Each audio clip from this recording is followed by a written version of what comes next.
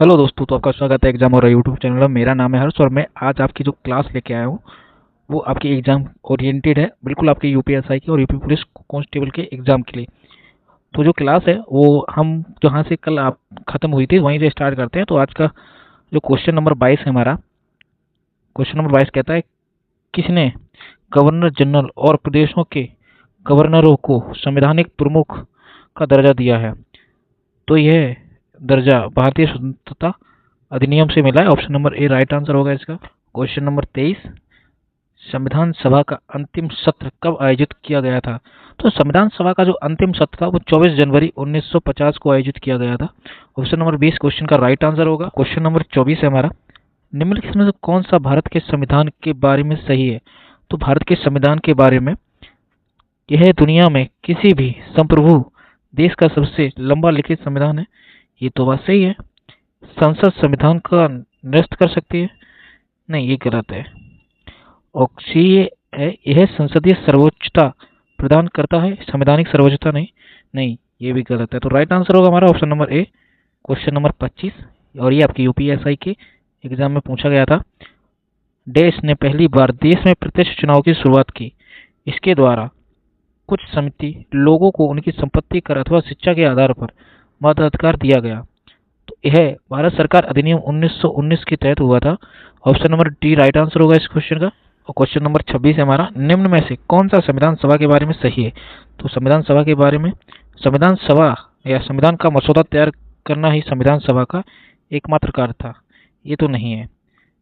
और बी है हमारा, एक बार जब संविधान अस्तित्व में आता है संविधान सभा भंग कर दी जाती है। ये बिल्कुल सही बात है। ऑप्शन नंबर तो सी राइट आंसर होगा इसका, केवल बी।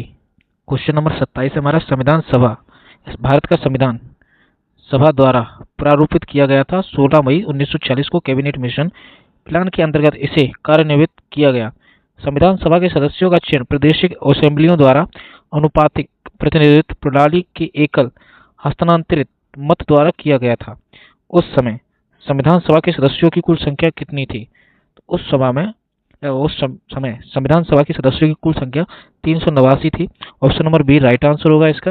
और क्वेश्चन नंबर 28 है हमारा, वह कौन से नेता थे जो केंद्रीय विधानसभा के अध्यक्ष थे 1946 से 1947 तक? फिर वे संविधान सभा के अध्यक्ष बने और तत्पश्चात वे लोकसभा के भी अध्यक्ष बने। तो वह नेता थे Ganesh Vasudev Mavalankar. Option number B right answer होगा इसका, गणेश वासुदेव मवालकर। क्वेश्चन नंबर 29, भारतीय संविधान लागू होने से पहले भारत का प्रशासन मूल रूप से किस दस्तावेज के अनुसार होता था? तो भारत के संविधान लागू होने से पहले जो भारत का प्रशासन था मूल रूप से भारत सरकार अधिनियम 1935 के तहत या उसके दस्तावेज के अनुसार होता था। Option number D right answer होगा इसका। क्वेश्चन नंबर 30, भारत के संविधान के कौन सा भाग रूस से लिए गए हैं? पी पंचवर्षीय योजना, या क्यू मौलिक अधिकार, या आर मौलिक दायित्व? तो क्वेश्चन नंबर जो 30 है उसका राइट आंसर होगा हमारा, ये पंचवर्षीय योजना भी और मौलिक अधिकार भी ये दोनों रूस से लिए गए। तो ऑप्शन नंबर ए इस क्वेश्चन का राइट आंसर होगा, केवल पी और आर। क्वेश्चन नंबर 31 कहता है, निम्नलिखित कार्यों में से कौन सा संविधान सभा द्वारा नहीं किया गया था? तो संविधान सभा द्वारा कौन सा कार्य नहीं किया गया था? तो इसने राष्ट्रमंडल में भारत की सदस्यता का अनुमोदन किया था। गलत, ये तो किया ही गया था, ऑप्शन के हिसाब से गलत है। इसने राष्ट्रगान और राष्ट्रगीत को अंगीकृत किया, ये भी गलत। और इसने राष्ट्रीय ध्वज को अंगीकृत किया, ये भी गलत। तो इसने देश के प्रथम प्रधानमंत्री के रूप में जवाहरलाल नेहरू को चुना, ये आपका जो है वो सही होगा इस क्वेश्चन का राइट आंसर, क्योंकि ये तीन है ये संविधान द्वारा किए गए थे। और ये जो क्वेश्चन जो सी है हमारा, ऑप्शन नंबर सी, ये संविधान द्वारा नहीं किया गया। क्वेश्चन नंबर 32, भारत और बांग्लादेश के बीच भूमि सीमा समझौते पर हस्ताक्षर होने के बाद बांग्लादेश के साथ कुछ विशेष अंतर क्षेत्रों को अदला बदली करने तथा अंतर क्षेत्रों के निवासियों को नागरिकता देने के लिए संविधान की किस अनुसूची में संशोधन की आवश्यकता पड़ी थी?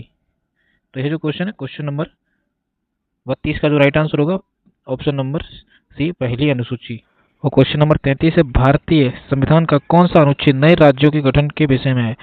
तो भारतीय संविधान का जो अनुच्छेद है वो नए राज्यों के गठन के विषय में, ये ऑप्शन ए अनुच्छेद 3 हमें बताता है। राइट आंसर होगा इसका। क्वेश्चन नंबर 34, निम्न में से किस राज्य या किस संघ राज्य क्षेत्र में विधानसभा है?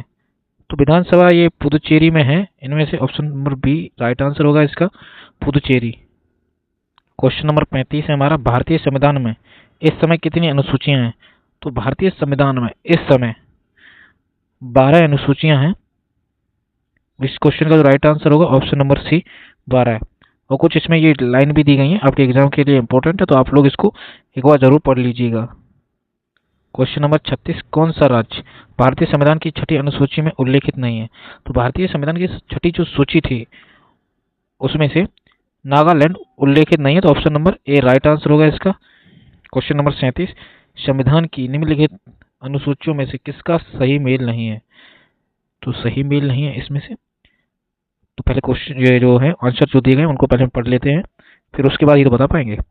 तो ये कहता है हमारा, 8वीं अनुसूची में मान्यता प्राप्त भाषाओं की सूची निहित है। 9वीं अनुसूची में कुछ अधिनियमों द्वारा विनियमों के सत्यापन के प्रावधान निहित हैं। 12वीं अनुसूची में नगर पालिकाओं की शक्तियां, अधिकार और जिम्मेदारियों को निहित किया गया। और डी कहता है 11वीं अनुसूची में अनुसूचित क्षेत्रों और अनुसूचित जनजातियों के प्रशासन और नियंत्रण के प्रावधान निहित हैं। तो इस क्वेश्चन का जो राइट आंसर होगा ऑप्शन नंबर डी होगा। ठीक है। क्वेश्चन नंबर 38 हमारा, राज्यसभा में भारत के प्रत्येक राज्य के लिए सीटों के आवंटन का भारत के संविधान की किस अनुसूची में उल्लेख किया गया है? तो ये हमारी चौथी अनुसूची में उल्लेख किया गया, option number D right answer होगा इसका। क्वेश्चन नंबर 39, निम्नलिखित में से कौन सी भाषा संविधान की रचना के समय 8वीं अनुसूची में उल्लेखित थी? तो संविधान की रचना के समय 8वीं जो अनुसूची थी उसमें जो थी कश्मीरी भाषा उल्लेखित थी, option number D right answer होगा इसका। क्वेश्चन नंबर 40, राज्य और केंद्र शासित प्रदेशों की सूची के संविधान की किस अनुसूची में उल्लेखित है? तो ये हमारी पहली सूची में उल्लेखित है, option number D right answer होगा इसका। क्वेश्चन नंबर 41, शपथ और अभिपुष्टि के रूपों को भारत के संविधान की किस अनुसूची में उल्लेख किया गया है? तो इस क्वेश्चन का आप लोग मुझे आंसर कमेंट बॉक्स में बताइएगा। ठीक है। और अब आज की वीडियो आपको कैसी लगी वो कमेंट बॉक्स में ज़रूर बताइए। अगर आपको वीडियो पसंद आई हो तो वीडियो को लाइक करें, ज़्यादा से ज़्यादा अपने दोस्तों को शेयर करें। और अगर आप लोग अभी चैनल में नए हैं तो चैनल को सब्सक्राइब कर लीजिए और बेल आइकन ऑन कर लीजिए। तो चलिए दोस्तों, आपको नेक्स्ट क्लास में मिलते हैं इसी चैनल पर नई वीडियो के साथ।